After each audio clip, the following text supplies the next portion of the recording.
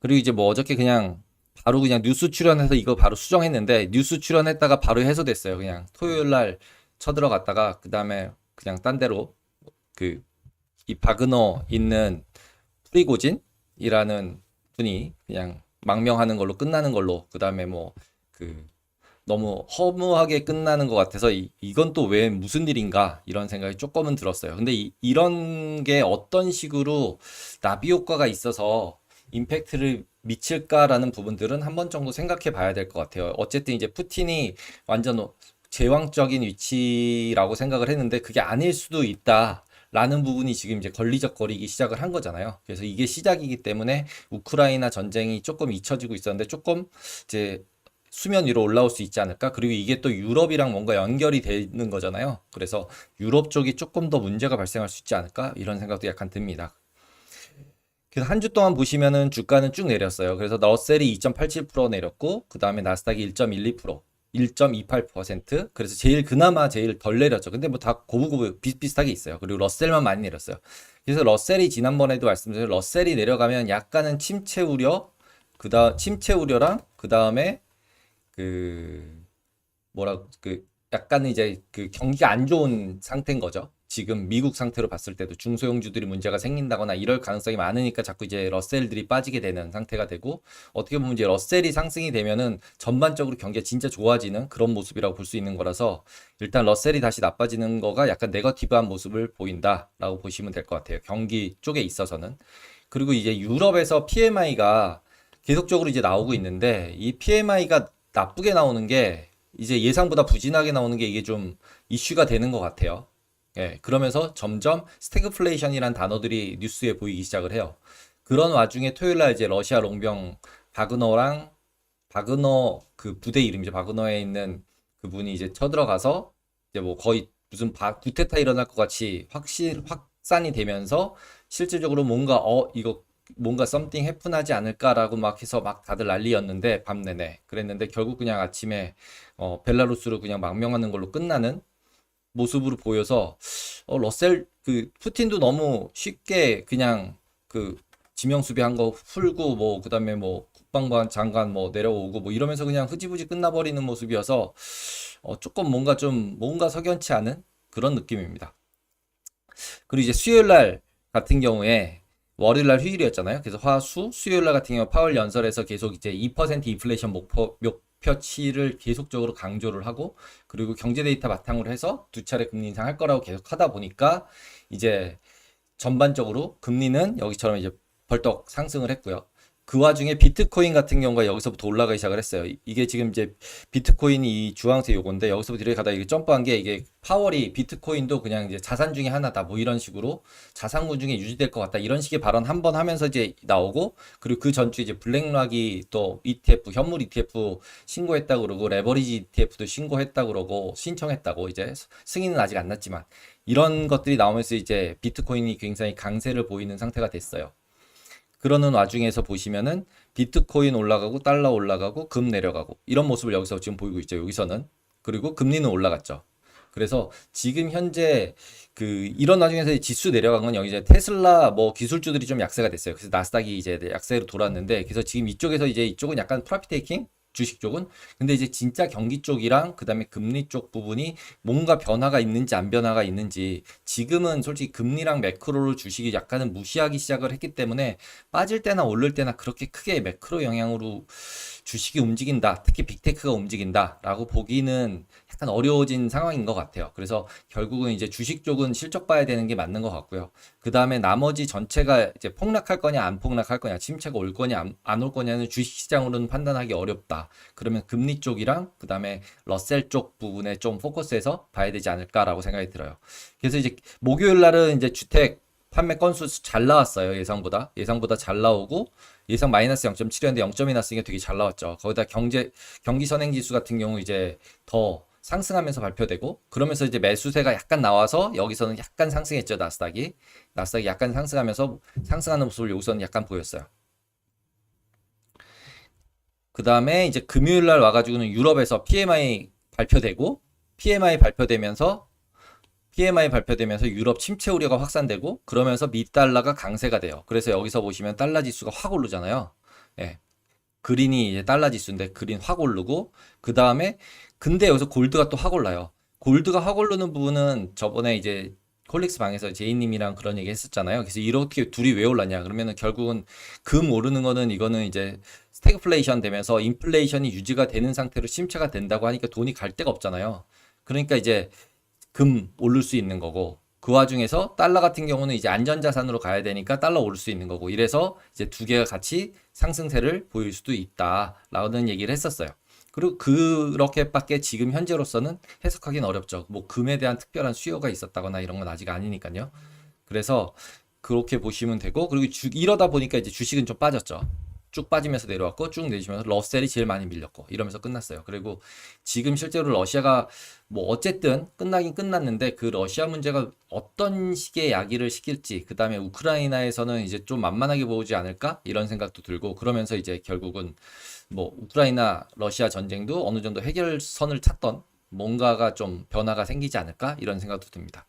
그리고 이제 화요일 날 여기서 같은 경우는 중국에서 금리 인하를 했고요. 그 다음에 유럽은 또 금리 인상하고 그러면서 완전 이제 상반되기 시작을 했죠. 일본이랑 중국은 금리 인하하고 부양책 쓰는 느낌이고 유럽은 금리 인플레이션 때문에 어쩔 수 없이 금리 인상을 하는데 경기가 좋아진다라는 PMI 같은 게 나쁘게 나오니까 경기가 좋아진다라는 얘기를 하기 어려워지는 거죠. 그러니까 이제 스태그라는 단어가 나오기 시작을 하고 그런 상태가 되다 보니까 이제 안전자산 선호 쪽으로 가다 보니까 미국채랑 그다음에 장기 국채 같은 경우가 이제 어느 정도는 계속 매수세가 유지가 되다 보니까 장단기 금리 차는 확대가 돼서 이제 100bp가 넘었어요. 금요일 날. 그래서 지난번에 SBB 사태 나올 때 100bp 갔었고 그다음에 확 줄어들어 한 40 갔다가 그다음에 다시 이제 100까지 다시 온 거예요. 그래서 지금 이 상태는 계속 말씀드리지만 저는 그냥 채권 수급 불균형에 따른 것 같다. 이게 무슨 경기를 반영하거나 이렇다기보다는 그냥 장기채에 대한 수급의 꼬임이라고 생각이 들어요. 근데 어쨌든 단어들이 이제 스태그플레이션이 한참 얘기가 되다가 없어졌었는데 다시 나오기 시작했다라는 게 이제 이번 주에 조금 핵심? 근데 그게 어디서부터 나왔다? 유럽에서부터 나왔다. 이런 와중에 러시아에서 어쨌든 구테타 비슷하게 일어났었고 하루 이틀이지만 어쨌든 일어났었고 그 이틀 있는 상태에서 해소는 됐지만 결국은 푸틴의 위상은 이제 뭐 좀 떨어진 거죠. 이제 좀 금이 갔죠. 그러다 보니까 결국은 유럽 쪽에 뭔가 문제가 생기지 않을까라는 생각이 조금은 들어요. 그 다음에 여기서 보시면 영국 50bp 노르웨이 50 올렸고 스위스 25bp 올렸고 추가 금리 추가로 인상 더 한다고 하고 이런 와중에서 실제로 미국까지 금리 상승하면서 또 안전자산 선호되면서 밑달러는 강세되고 이런 느낌이 지금 계속 돌아가기 시작을 한 거예요. 그 다음에 실제로 화요일 날이죠. 화요일 날 이제 중국에서 인민은행에서 이제 LPR 0.1 인하를 했는데 실제로 예상은 0.1이었지만 시장의 기대는 0.1보다 좀 많이 하지 않을까라고 생각을 했던 건가 봐요. 그래서 그거에 대해서 약간은 이제 뭐, 이 정도 가지고는 회복 못할 것 같아. 이런 느낌? 그러면서 결국은, 이거 별로 그렇게 이제 뭐 부양책 제대로 못 쓰는 거 아니야? 이러면서 이쪽 가서 보시면 이제 조금씩 커머디티들이 전반적으로 이제 하락세로 이렇게 쭉 전환돼서 내려가는 거죠. 이제 여기 이렇게 쭉 전환되면서 내려가고 여기도 마찬가지로 전환돼서 내려가고 여기 앞부분도 그렇고 내려가는 거죠. 여기요. 여기가 이제 내려가기 시작을 한 거죠. 그래서 내려갔다가 여기서부터 올라온 또 이제 다른 뉴스들이 나와서 됐고 이 뉴스들이 나오면서는 여기서는 이제 하락세로 전환한 거죠. 그래서 커머디티 가격들이랑 중국이랑은 분명히 아직도 타이트하게 연결이 돼 있다라고 보시면 될 것 같아요. 그 종목들 보시면은 메타랑 아마존에 대해서는 목표 주가 상향이랑 그다음에 시장 수익률 상회 뭐 이런 걸로 번스타인 그다음에 뭐 로스 MKM 이런 데서 주가 상향을 했어요. 그래서 얘네 둘만 그래도 조금 이거랑 그죠? 얘는 아니고요. 그리고 지금 아마존이랑 메타 같은 경우는 그래도 빨간색 중에서 그나마 버텨서 파란 그러니까 녹색이 조금 되려고 하는 플러스를 보였어요. 그래서 결국은 증권사들에서 나오는 이런 수익률 상향이나 이런 부분들이 이제 영향을 미치는구나 아직도. 그리고 그 부분들에 대해서는 또 인정하느냐 안 하느냐 시장이 지나고 나면 하루면 다 반영되고 끝나는 거니까 그거에 대해서 이제 조금 더 테크니컬한 그 로직들 그렇게 얘네들이 해석한 로직들을 주식 투자할 때는 좀 보셔야 될 것 같아요. 근데 이제 전 주식 쪽 부분들은 제가 공부를 잘 안 하고 있어서 그리고 이제 테슬라 같은 경우는 많이 빠진 느낌인데 주간으로 보면 0.9%밖에 안 빠졌어요. 그래서 아직도 테슬라는 지속적으로 우리나라에서 엄청 계속 팔고 있지만 워낙 많이 가지고 있었으니까 좀 팔아도 될 것 같긴 해요. 그래서 어느 정도 매도세가 나오고 있지만 어느 정도 타이트하다라고 보시면 될 것 같습니다. 그리고 경제 지표 같은 경우는 지난주에 아까 앞에서 본 것처럼 집 데이터, 홈세일즈가 예상보단 잘 나왔다라는 부분. 그 다음에 PMI 같은 경우가 지금 46.3으로 잘 안 나온 거예요. 그러니까 지난번에 48.4였는데 컨센 48.5였는데 더 나빠졌잖아요. 그래서 이런 PMI들이 계속적으로 나빠지게 나오다 보니까 결국은 침체 얘기를 계속 할 수밖에 없는 상태가 되기 시작을 하는 것 같아요. 유럽에서는.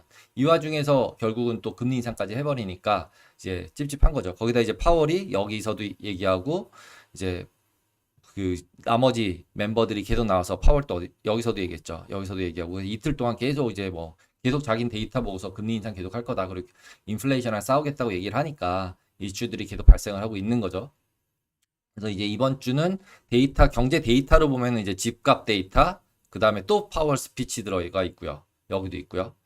29일도 있고요. 그래서 파월은 계속 얘기를 하고 있어요. 그리고 이제 여기서 혹시 뱅크 스트레스 테스트를 한다는 게 29일인데, 목요일인데, 이때 이제 어떤 식의 결과치들이 나올까? 대형은행들은 나쁘지 않을 것 같아요. M&A 받은 회사들도 그렇고, 그리고 ALM 관련해서 관리를 잘하고 있다면 그렇게 큰 문제가 없을 것 같아요. 그리고 뭔가 썸띵 문제가 생긴다면 결국은 이제 소형 중소은행들, 관리를 잘 못했던 은행들이거나 아니면은 이제 뭐 진짜로 중소형 그 장기 채권들 많이 샀다거나 대출해줄 데가 없어서 또는 그 다음에 상업용 부동산에 많이 투자를 했다거나 이런 데 하나가 이제 걸려가지고 터지면서 시스템 리스크가 열리면 페드는 또 나타나서 뭔가를 하겠죠. 근데 그때도 말씀을 드렸지만 페드 같은 경우는 이미 그런 중소형 은행들을 해결하는 프로세스들은 이미 정립을 저는 했다고 봐요. 그래서 그런 문제가 발생을 해도 그렇게 시장에서 크게 흔들리진 않을 것 같다라는 생각은 들어요.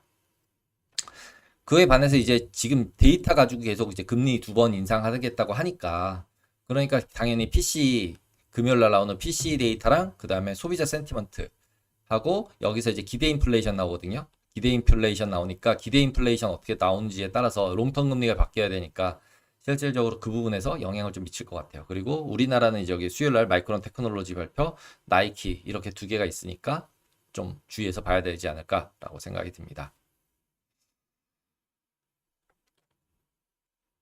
그래서 한 주 동안은 그냥 쭉 리뷰를 한번 그냥 간단하게 해서 보면은 한마디로 가면은 그냥 그 페드가 계속 금리 인상 2번 한다는 거를 시장에서 소화하고 있었고 중국에서는 중국이랑 일본은 금리 인하하는 분위기, 그러니까 경기 부양하는 쪽으로 되고 있고 유럽 같은 경우는 인플레이션 때문에 금리 인상을 하고 있고 이런 와중에 미국에서는 기본적으로 그 중간에 껴가지고 다른 나라들 때문에 위아래로 영향을 받는 모습 이렇게 보시면 될 것 같아요. 그리고 제일 핵심적이었던 거는 주말에 구테타 러시아에 일어났었는데 그게 잘 해결이 그래도 그냥 월요일 되기 전에 잘 해결을 했다.